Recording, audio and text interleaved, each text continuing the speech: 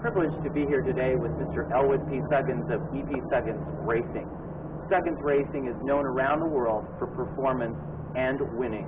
Mr. Suggins and his car have been in the winner's circle of tracks all across the country and around the world. He's been a role model and a hero to countless race drivers, including Carroll Shelby. Welcome, Mr. Suggins. Oh, thank you very much. And I have been a role model, and I wish I could be humble, but I just started out a winner. I started out in Akron, Ohio, not too far from where I was born, several hundred miles from where I was born, in a thing I made myself, a soapbox, and I won that. I crashed into a guy and banged him up pretty bad. He was just a kid, but took him out. And I learned my dad says, first thing you want to do is take the guy out. And so I took him out and won the race.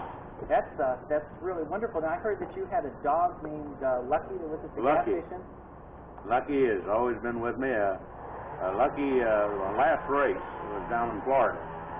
And I'm trying to think of the racetrack. I turned over about 22 times, and I'm still having, trouble with getting tickets to things. And so Lucky went right through the windshield, and of course he had his little crash helmet. And boys and girls of all ages always have these for protection. Now this glass has been knocked out of this because I like to feel the rush of the human air against me. Well, not so much human, but whatever air is out there, and I guess people are breathing it all the time, so they're humans. But I like to keep that clear. But wear your crash helmet. I can't impress that upon you too much, because you'll need this, and especially if you get thrown out of the car overturns, what have you.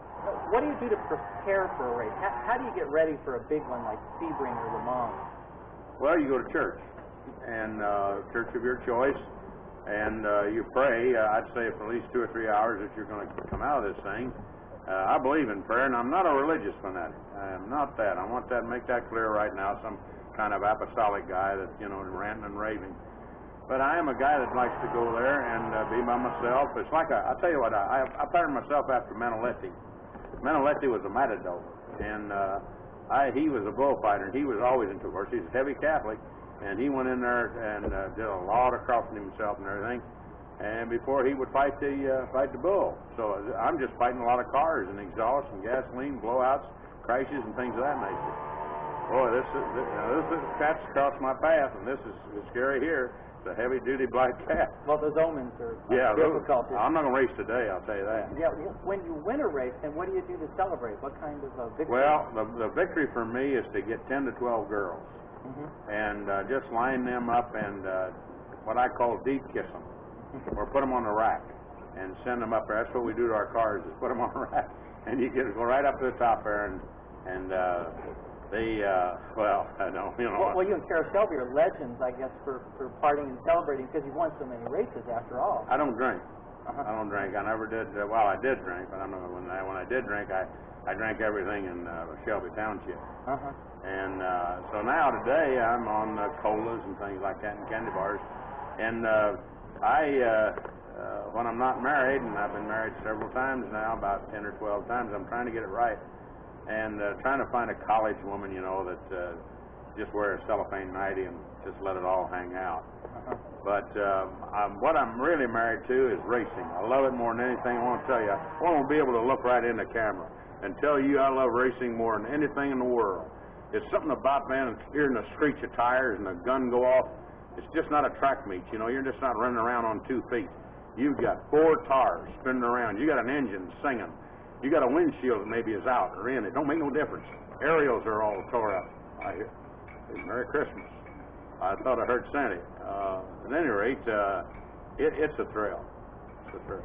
Well, Mr. Suggins, I really appreciate this, and I want to thank you for what you've done for racing and Carroll Shelby, and I hope you'll win a lot of races. You didn't mention that car that I'm leaning against. Oh, you want to talk about the car? Just for a second. Oh, sure. I'd love to hear about the car. My brother gave me this car when I come out of the hospital last. And he had just a little model, a little hand model, one of them toy models that you run on the floor. And he's got 2 children of his own. They're little rugrats. I stepped on their hands and took the car from him. So then he gave me this big car. Isn't this beautiful? Gorgeous car. This is in mint condition. I hope you're taking a picture of this. They're just, let's see, how many of these are there? About 500 and something. Yeah, you would know that. Yeah, I counted them. 500 of them, think of that, in the world. And this is This is number 499, and it's just so clean. You know, as we say in the trades, this is clean, and it's we've had a lot of people that were migrant workers that worked on this, and rather than go out into the fields and pick you know, apricots and things like that, and they've just kept this down. Just look at here. I feel like I'm a used car salesman, but I'm not.